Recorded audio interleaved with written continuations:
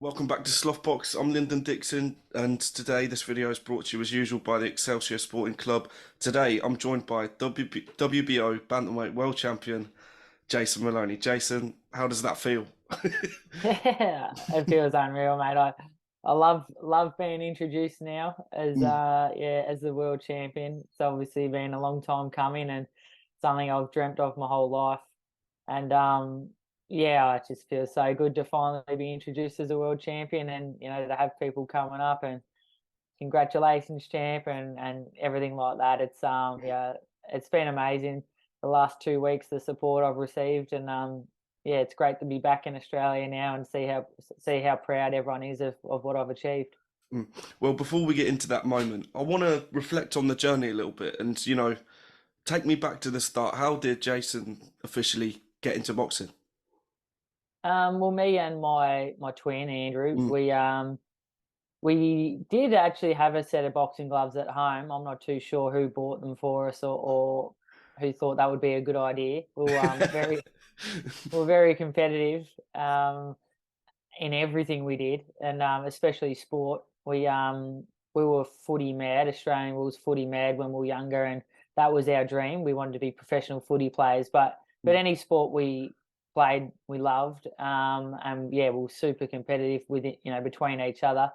And yeah, we had some gloves at home. Didn't know what we're doing. No one in our family ever boxed. No one pushed us into it. But yeah, we put the gloves on and just fight for the fun of it, Mm. and we loved it. But I guess it wasn't until we were about 13. I think as I said, we loved footy, but in the off season weren't really doing much. So we kept nagging my dad, that we wanted to go to the boxing gym, and he sort of let it go for a bit. Didn't sort of think that we were super interested, but yeah, we kept nagging him, and eventually he gave up and took us down to the local boxing gym, and yeah, we just loved it. Mm. We took to it straight away, and we're only sort of training twice a week, but we really enjoyed it. And we tried to juggle footy and boxing for a few years. But at when we turned 16, we decided we're going to start fighting, and yeah, a few of the guys at the gym sort of egged us on and said, "You guys should start fighting." At that gym at the time, no one else fought. There was no other fighters in the gym, so for us, it was all a bit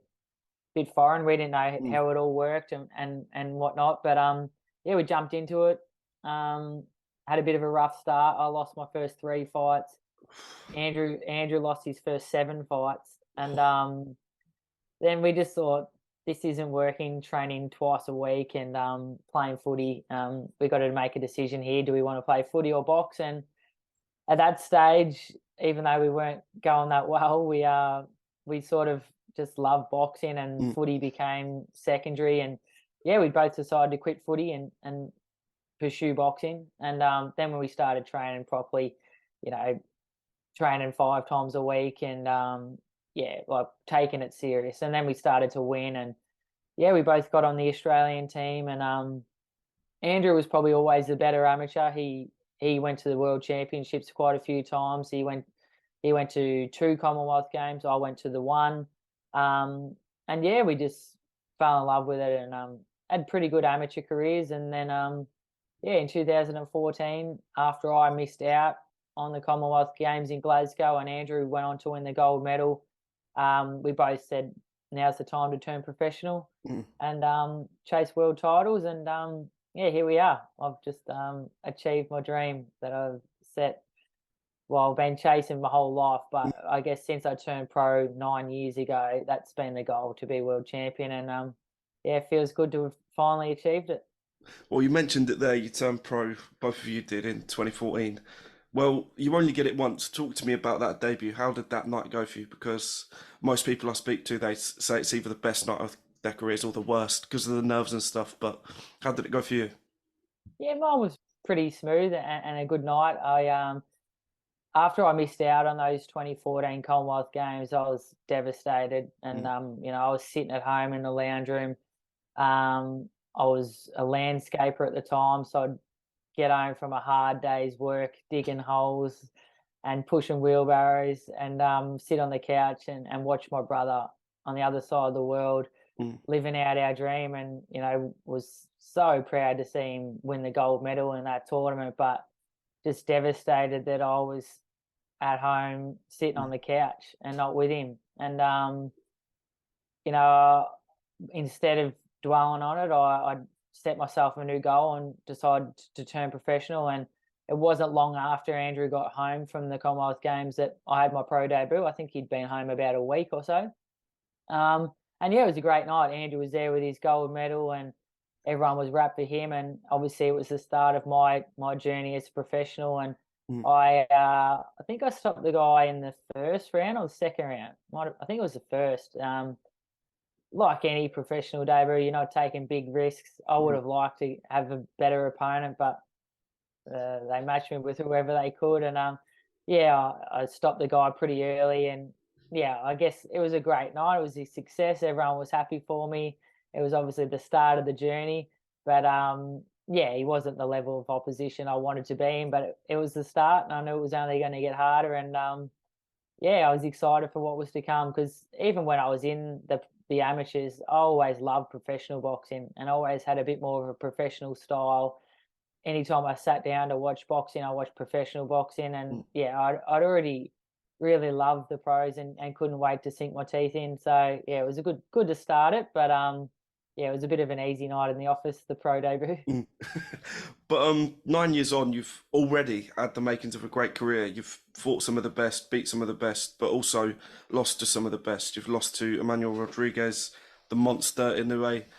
Now the thing is, it's a lot easier to talk about the wins, but just talk to me how you did get over those losses, because you're a world champ now, but plenty of people could have just given up. But how did you Yeah. get by those moments? Yeah, for sure.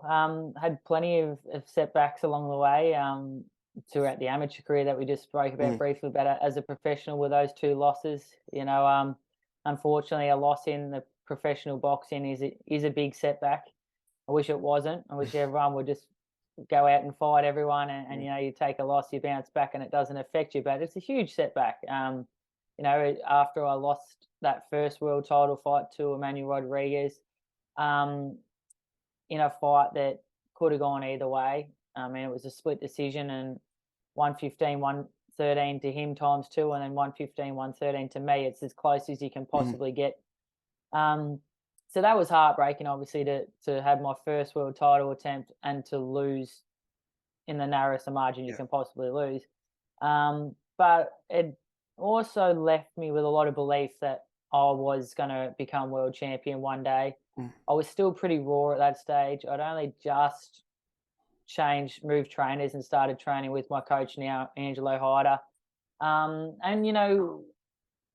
I was ready in a sense. I think I was 18-0 at the time, but I was still forming a good relationship with my coach. We were still making a few changes. I was still improving. Um, so I jumped at the chance to be in the World Boxing Super Series, but ideally, I reckon, another two fights against good level opposition, Mm.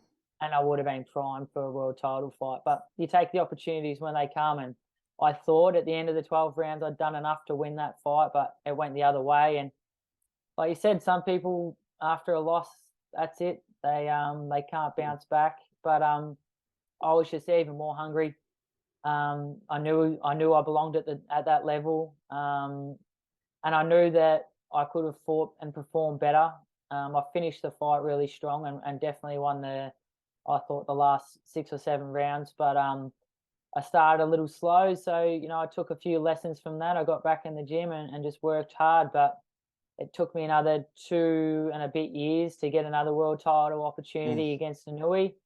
Um, and yeah, I mean, again, I knew the enormous task it was to take on one of the pound for pound best fighters in the world Yeah. in Inui, but that's what I want. I want the hard fights, and I'm never one to shy away from a challenge.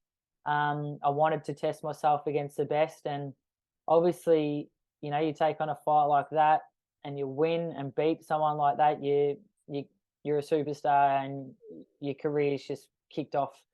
Mm. You know, it does huge things for you and your career and the opportunities that come afterwards. So I jumped at the challenge, and unfortunately, again, lost my second attempt at a world Mm. title. But again, I didn't feel out of place in the ring with Inui, and I guess sharing the ring with him, it showed me the level that I aspire to reach to, and a guy that's no doubt going to be a Hall of Famer and one of the Yeah, best of our era.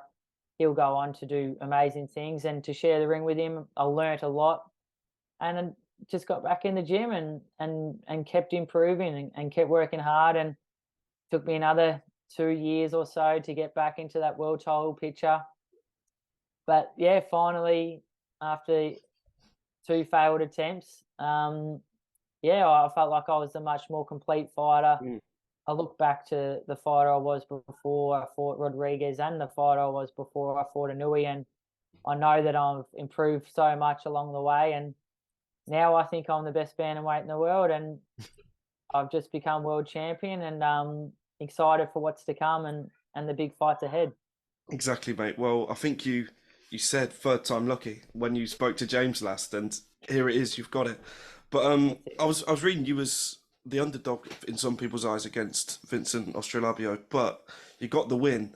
And as I said at the start of the video, you sit here a world champion. Talk me through the night. How did it go?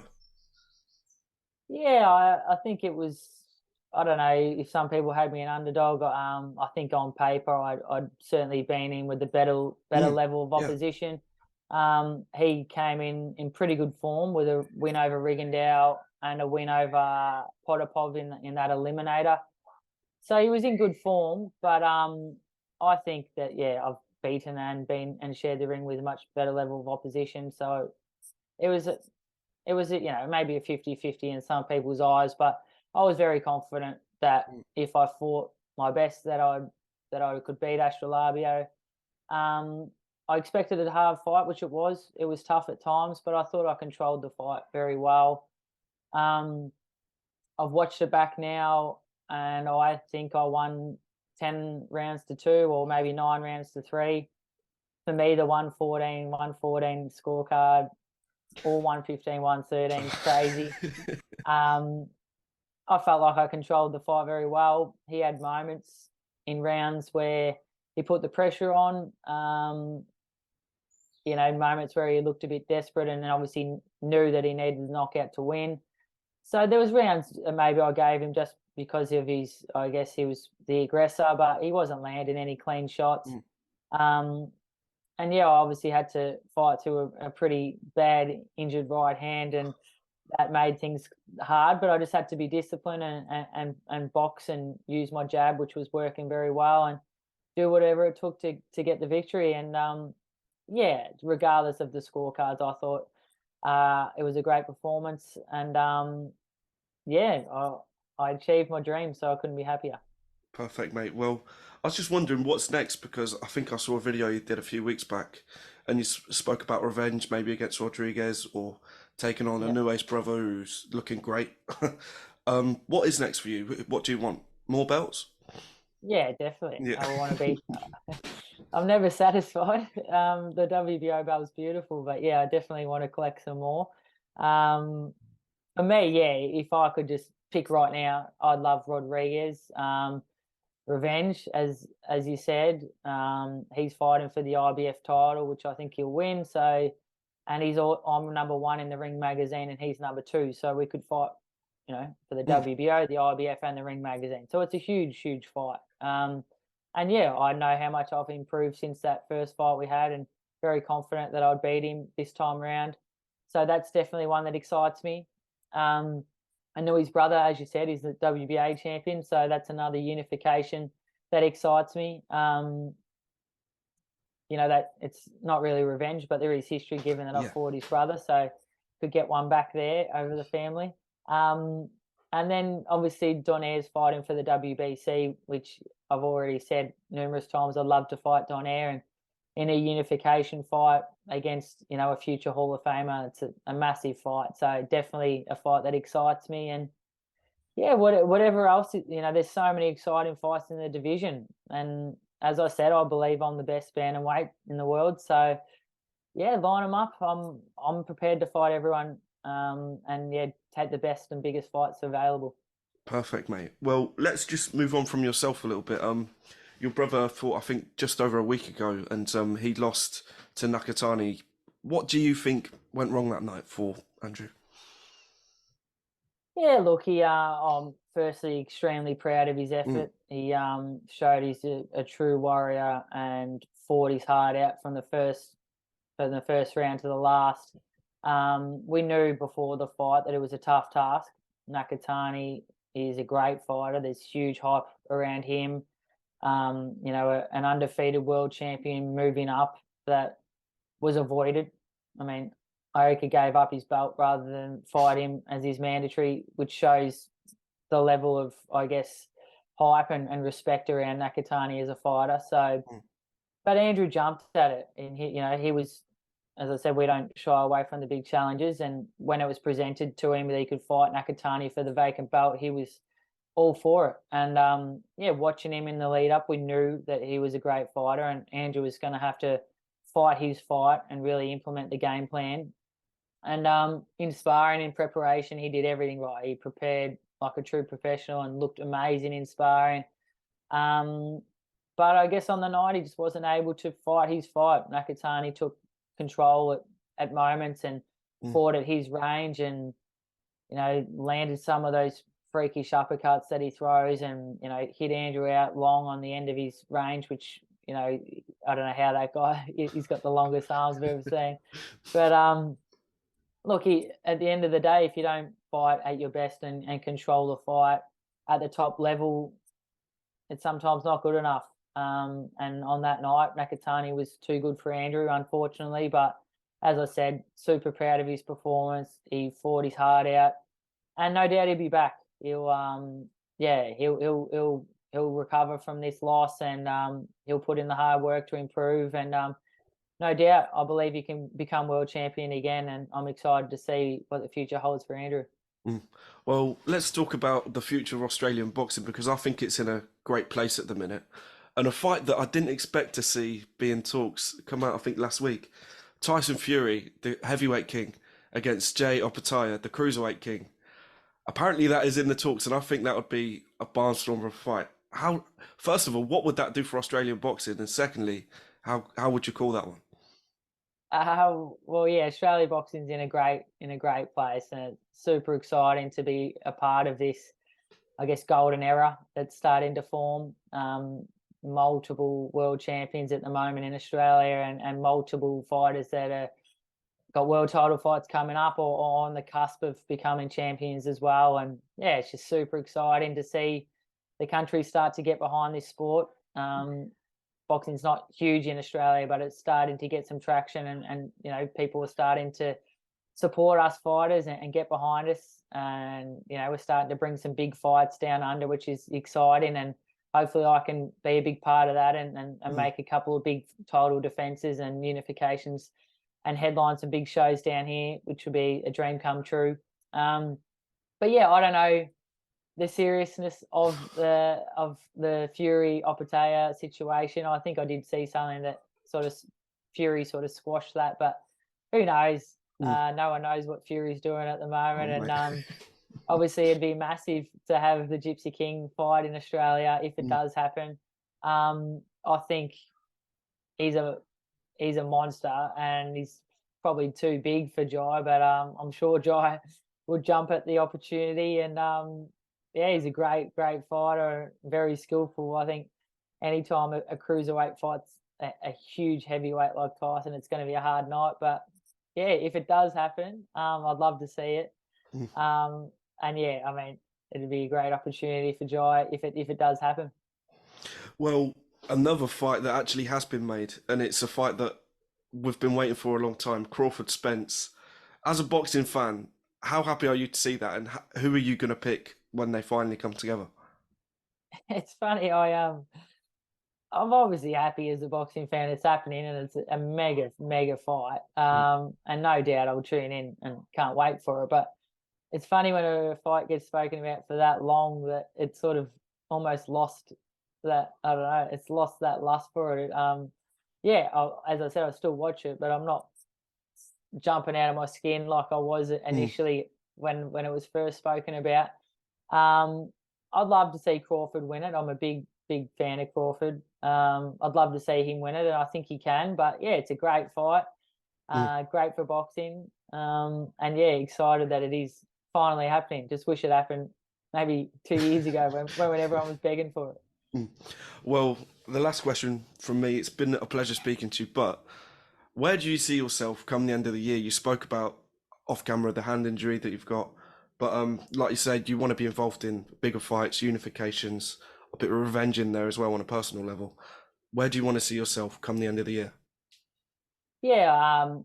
Firstly, yeah, the hand injury is there, but it's nothing major. I don't need surgery, so it's not going to delay me from defending my belt before I normally would anyway. Yeah, I'll be looking to defend the belt towards the end of the year, whether that's September, October, I'm not too sure. Earlier the better for me. I want to be active. And yeah, I really want to have unifications and eventually become undisputed. So I guess by the end of the year, I would love to headline a show in Australia. I'd love it if we could bring Emanuel Rodriguez down in a unification and get the revenge. Then that would be my wish list. That's yeah, the top of the wish list is to bring him down, beat him in a unification, be Ring Magazine champion, and do it in front of my home crowd in Australia. So that's where I'd like to be at the end of the year. mate. I, I really hope it happens. But anyway, it's been a pleasure speaking to you. I've been Lyndon Dixon. He's been Jason Moloney, and we'll see you on the next one. Thanks, mate. No worries.